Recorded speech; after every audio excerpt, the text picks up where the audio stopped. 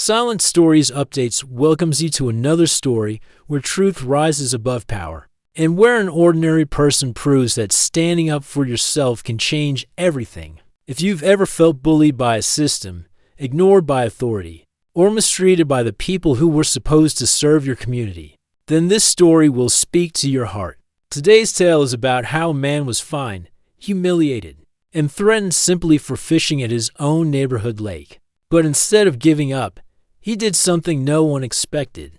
He bought the lake and banned the entire neighborhood. Let's begin. I still remember the cold sting of embarrassment on my face that morning.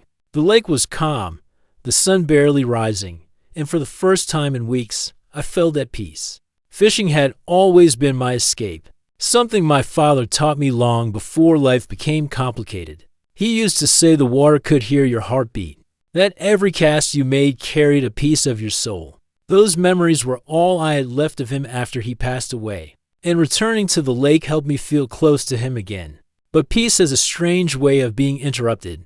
Before I could reel in my first catch, red and blue lights started flashing behind me. At first, I thought it was some emergency happening nearby, but then I heard footsteps on the gravel path and the unmistakable click of a radio. "Sir," an officer called out, "we received a complaint from your HOA. Apparently, you're fishing without permission."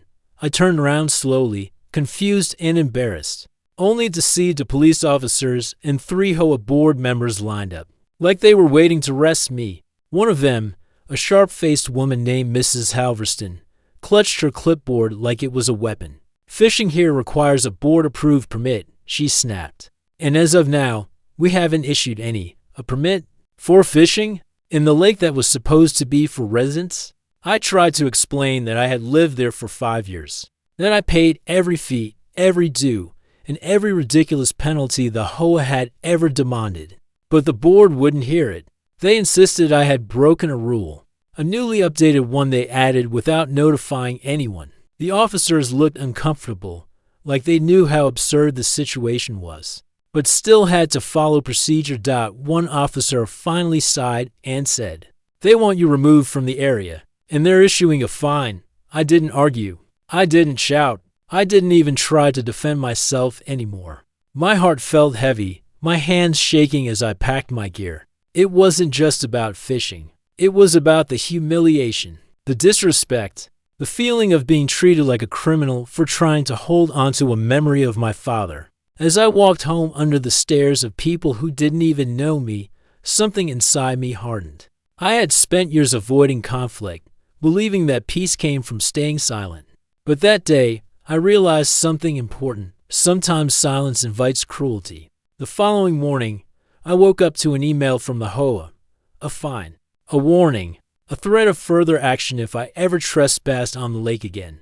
That word stayed with me, trespassed, as if the place I felt closest to my dad was forbidden territory. That was the moment I decided to fight back. But I didn't yell. I didn't confront anyone. I did something much more dangerous to people like them. I started asking questions. I requested documents, researched property records, and dug through the history of the lake. The HOA tried to block me at every turn, insisting that the lake belonged to them. But the more I looked, the more cracks I found in their story. Then I discovered it, a detail they probably never expected anyone to find. The HOA didn't own the lake.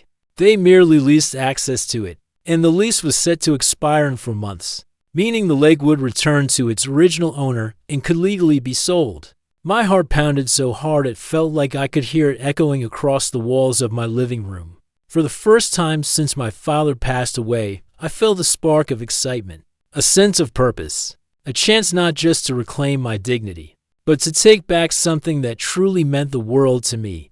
I contacted the owner immediately.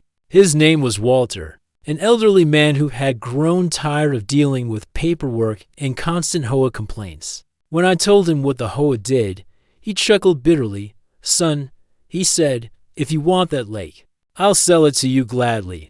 They've been a thorn in my side for years. There was only one problem. I didn't have the money." It felt like a punch to the stomach. All that hope suddenly drifting out of reach. But then I remembered something my father used to say when things got hard. When the river pushes against you, pushed back harder. I started selling things. Old equipment, collectibles, anything that could bring in extra money. I took additional work contracts, barely sleeping some nights. Then I reached out to my father's old fishing club. They remember him fondly, and when they heard the story, they didn't hesitate to help. Some gave money, some gave advice, some simply reminded me that standing up for yourself is part of living, piece by piece. The impossible became possible. 2 months later, I had the funds. Walter smiled as he signed the papers, almost relieved to be rid of the stress. When he handed me the final document, something inside me shifted. The lake wasn't just a place anymore. It was a symbol of every fight I had avoided, every injustice I had swallowed, every moment I wished my father were still here. And now, it was mine. I attended the next HOA meeting calmly, almost politely. The board sat in their usual rigid posture, ready to lecture me again about my supposed violations. But when I placed the ownership documents on the table, their expressions changed instantly. Confusion, shock, panic. This can't be right. One of them stammered. It's accurate, I said. Your lease ended, and I bought the lake. No, Mrs. Halverston snapped, her voice trembling in a way I had never heard before. You can't do that. I already did. Silence spread across the room. The same silence I once used to fear, now resting in my favor. Then I delivered the part they feared most, effective immediately. Access to the lake is revoked for all HOA members. Anyone caught trespassing will be reported. Gasps filled the room. Neighbors whispered. Someone even shouted in disbelief. But I didn't stay to argue. I didn't owe them a debate. I had played their game, and I won. In the weeks that followed, the HOA tried every tactic imaginable. Intimidation letters, claims that I was harming the community. Rumors spread about how selfish I was. Some neighbors glared at me when I walked outside, but others quietly slipped notes of support under my door. People who had been bullied by the HOA for years finally saw someone stand up to them one evening. As I stood at the edge of my lake, watching the sun dip beneath the horizon, an elderly neighbor approached me. He wasn't someone who made noise or attended meetings. He was quiet, kind, and gentle. He stopped beside me and said softly, "Your dad would be proud." Those words broke something open inside me. All the effort, all the exhaustion, all the weight I had carried it suddenly felt lighter. I closed my eyes and let the wind brush against me, imagining my father smiling somewhere beyond the trees.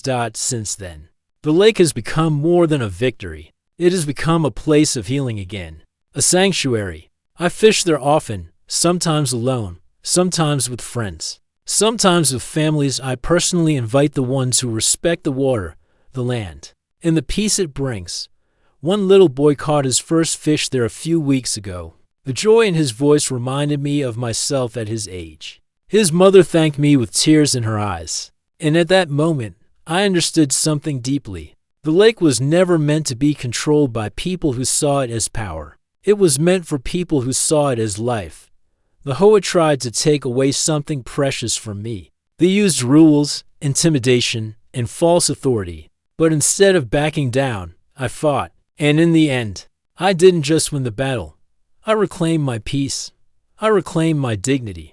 And I reclaimed the place where my father taught me the meaning of patience, strength, and heart. Sometimes life pushes you until you break. But sometimes the breaking point becomes the moment you rebuild yourself stronger than ever. Sometimes you don't just fight back. You buy the lake. And sometimes that's enough to change everything.